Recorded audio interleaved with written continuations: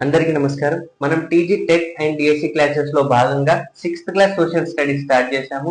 So అందులో భాగంగా మొదటి 3 పాఠాలు కూడా కంప్లీట్ అయ్యాయి. సో మనం 4వ పాఠం డోకూర్ పీఠభూమిలో ఒక గ్రామం పాఠంలోని కొన్ని ముఖ్యమైన అంశాలు లాస్ట్ క్లాస్ లో చూసాము. సో ఈ రోజు మరిన్ని ఇంపార్టెంట్ పాయింట్స్ ఈ లెసన్ నుండి మనం చూద్దాము. సో మన టాపిక్ వచ్చేసి నేలలు అంటే సాయిల్స్. ఈ ఊరిలోని సగం వ్యవసాయ భూములు ఎర్ర నేలలు. అంటే డోకూర్ గ్రామంలోని సగం వ్యవసాయ భూములు కూడా ఏంటి అని అంటే ఎర్ర నేలలే ఉన్నాయి. సగం వ్యవసాయ భూములన్నీ కూడా ఈ నేలల పైపొర లోతైనవి కావు, సారవంతమైనవి కూడా కావు. లోతైనవి కావు, అలాగే సారవంతమైనవి కూడా కావు. ఈ నేలల్లో పైపొర పంటల ఎదుగుదలకు అవసరమైన అనేక పోషకాలు ఈ నేలల్లో లోపిస్తాయి. పంటలకు ఏదైతే అవసరం ఉంటాయో పోషకాలు ఈ ఎర్ర నేలల్లో ఉండవు. వీటిలో ఇసుక శాతం ఎక్కువ కావడం వల్ల నీటిని ఎక్కువగా పట్టి ఉంచలేవు. ఇసుక శాతం ఎక్కువ అవ్వడం వల్ల నీటిని ఎక్కువగా పట్టి ఉంచలేవు. దాంతో పంటల వేర్లు బలంగా విస్తారంగా పెరగవు. తద్వారా ఏమవుతుందంటే పంటల వేర్లు అనేవి ఎక్కువగా అంటే బలంగా విస్తారంగా పెరగలేవు. ఒక పంట సాగు చేసిన తర్వాత ఈ నేలలు కోల్పోయిన పోషకాలు ప్రకృతి సిద్ధంగా తిరిగి పొందడానికి ఒక కాలం పాటు వీటిని పంట పండిన తరువాత రెండవ పంట కాలాన్ని సాగు చేయకుండా వదిలివేయాల్సి ఉంటుంది.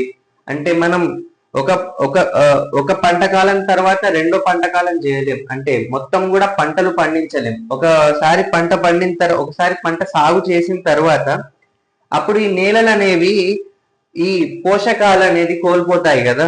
సో పోషకాలు ప్రకృతి సిద్ధంగా తిరిగి పొందడానికి మళ్ళీ పొందడానికి ఒకసారి పంట సాగు చేసిన తర్వాత ఈ పోషకాలన్నీ కోల్పోయిన తర్వాత మళ్ళీ వీటిని సహజ సిద్ధంగా పొందడానికి వీటిని పంట పండిన తర్వాత రెండవ పంట కాలాన్ని సాగు చేయకూడదు అన్నట్టు. అంటే వరుసగా మనం సాగు చేయలేం. ఒకసారి పంట సాగు వచ్చిన తర్వాత ఇంకొక రెండవ పంట కాలాన్ని సాగు చేయకుండా వదిలివేయాల్సి ఉంటుంది. సో అలా వదిలివేస్తే ఏమవుతుందంటే పోషకాలు ప్రకృతి సిద్ధంగా మళ్ళీ కూడా రావడం జరుగుతుంది ఆ నేలల్లో. నల్ల నేలలు ఉన్న ప్రాంతాలు 60 సెంటీమీటర్ల లోతు వరకు ఉంటాయి. సో ఈ గ్రామంలో నల్ల నేలలు ఉన్న ప్రాంతాలు ఓకే, బ్లాక్ సాయిల్స్ అంటాం కదా. నల్ల నేలలు ఉన్న ప్రాంతాలు 60 సెంటీమీటర్ల లోతు వరకు ఉంటాయి. ఎన్ని సెంటీమీటర్ లోతు వరకు ఉంటాయి అడగవచ్చు. 60 సెంటీమీటర్ల లోతు వరకు కూడా ఉంటాయి నల్ల నేలలు ఉన్న ప్రాంతాలు. ఈ ఊరిలో వ్యవసాయ భూమిలో చాలా తక్కువ విస్తీర్ణంలో నల్ల నేలలు ఉన్నాయి. చాలా తక్కువగా నల్ల నేలలు ఉండడం జరిగింది. తక్కువ విస్తీర్ణంలో నల్ల నేలలు ఉన్నాయి. పీఠభూమిలోని ఇతర ప్రాంతాల్లో ఉండే రేగడి నేలలంతా మంచివి కాకపోయినప్పటికీ ఈ నల్ల నేలలు పంటలకు అనువైనవి. ఎందుకంటే రేగడి నేలలు చాలా అనువైనవి. కానీ వాటంతటా కాకపోయినా కూడా నల్ల నేలలు పంటలకు అనువైనవి. సో నల్ల నేలల్లో పంటలు పండించవచ్చు.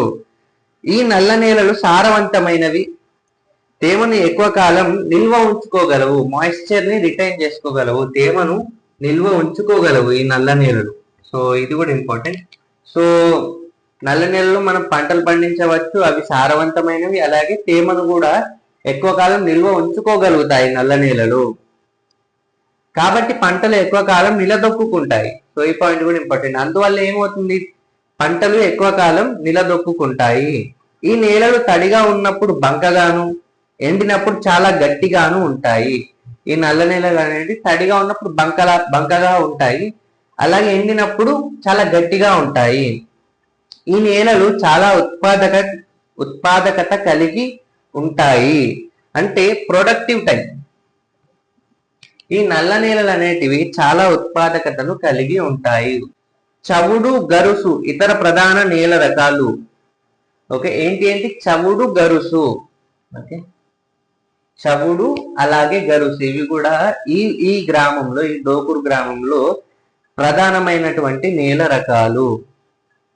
గ్రామ భూమిలో ఇవి 30% వరకు ఉన్నాయి. ఎంత శాతం వరకు ఉన్నాయి గ్రామ భూమిలో అంటే 30%.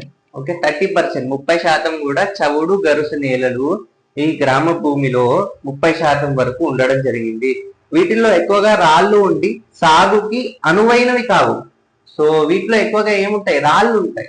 ఓకే, వీటిలో ఈ చవుడు, గరుసు నేలల్లో రాళ్ళు ఉండడం వల్ల మనకు సాగుకి అంత అనుకూలమైనవి కాదు, అంత అనువైనవి కావు. నీటి వనరులు చెరువులు, కుంటలు.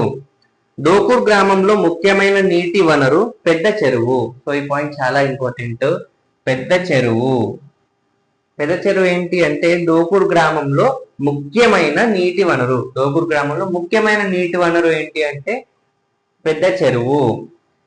డోకూర్ గ్రామానికి 5 కిలోమీటర్ల దూరంలో ఉన్న దేవరకద్ర చెరువు నిండితేనే ఈ చెరువుకి నీళ్లు వస్తాయి. మరి ఈ చెరువుకి నీళ్లు ఎప్పుడు వస్తాయంటే డోకూర్ గ్రామానికి 5 కిలోమీటర్ల దూరంలో.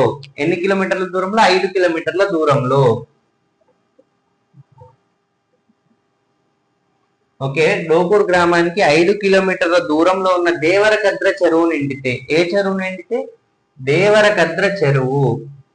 ఓకే, దేవరకద్ర చెరువు నిండితేనే ఈ చెరువుకు నీళ్లు వస్తాయి. ఓకే, ఫస్ట్ దేవరకద్ర చెరువు నిండితే, దేవరకద్ర చెరువు ఎక్కడ ఉంది? 5 కిలోమీటర్ల దూరంలో ఉంది డోకూర్కి. ఈ చెరువు నిండితేనే పెద్ద చెరువుకి నీళ్లు అనేది వస్తాయి. డోకూర్లోని పెద్ద చెరువు నిండిన తరువాత దీనికి దగ్గరలో ఉన్న చాకలి కోయికుంట, వానివంపు, బడివంపులకు నీళ్లు వెళ్తాయి. సో పెద్ద చెరువు నిండిన తర్వాత చాకలి కోయికుంట, అలాగే వానివంపు, ఆ తర్వాత బడివంపు.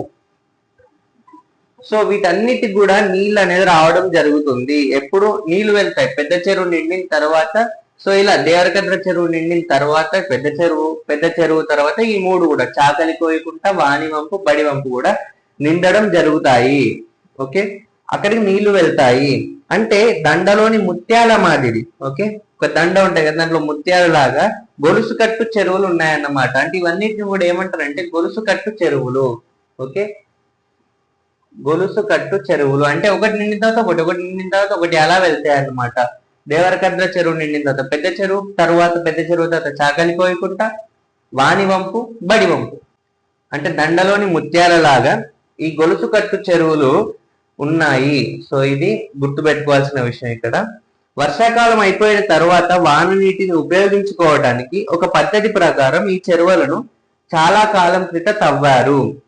ఎందుకంటే వర్షాకాలం అయిపోయిన తర్వాత వాన నీటిని ఉపయోగించుకోవడానికి ఒక పద్ధతి ప్రకారం ఈ చెరువులను ఎప్పుడో చాలా కాలం క్రితం తవ్వడం జరిగింది. తక్కువ వర్షపాతం ఉన్న ప్రాంతం కావడం వల్ల సాధ్యమైనంత వాన నీటిని పట్టి ఉంచడానికి ఈ గొలుసు కట్టు చెరువుల పద్ధతి రూపొందించారు. మరి గొలుసు కట్టు చెరువులు ఈ పద్ధతి అనేది ఎందుకు, ఈ గొలుసు కట్టు చెరువుల పద్ధతి అనేది ఎందుకు రూపొందించడం జరిగిందంటే ఎక్కువ వర్షపాతం పడదు కదా, పీఠ భూములు కదా. సో ఎక్కువ వర్షపాతం ఉండదు కాబట్టి వర్షాకాలం అయిపోయిన తర్వాత కూడా మనకు వాటర్ కావాలి కాబట్టి సో ఇలా ఈ గొలుసు కట్టు చెరువులను రూపొందించడం జరిగింది. సో అందువల్ల మనకు వాటర్ అనేది లభించడానికి ఈజీ అవుతుంది. వర్షం లేకపోయినప్పుడు కూడా మనకు ఇవి నిండి ఉండడం వల్ల ఒకదాని నుంచి ఒకదానికి నీరు రావడం వల్ల మనకు వాటర్ అనేది అవైలబుల్ గా ఉండడం జరుగుతుంది. ఈ చెరువుల్లోని నీటి వల్ల చుట్టుపక్కల బావుల్లో నీళ్లు కూడా పునరుద్ధరింపబడతాయి. ఎందుకంటే ఈ నీటి వల్ల ఇప్పుడు మనం అనుకున్నాం కదా ఒకదాని తర్వాత ఒకటి నిండుతుంది కాబట్టి వీటి తర్వాత కూడా ఈ చెరువుల నీటి వల్ల చుట్టుపక్కల బావుల్లో కూడా నీళ్ళు అనేది నిండడం జరుగుతాయి. ఓకే, పునరుద్ధరింపబడతాయి. ఊళ్ళో వృద్ధ రైతు అయిన వెంకటరెడ్డి గతాన్ని ఇలా గుర్తు చేసుకున్నారు.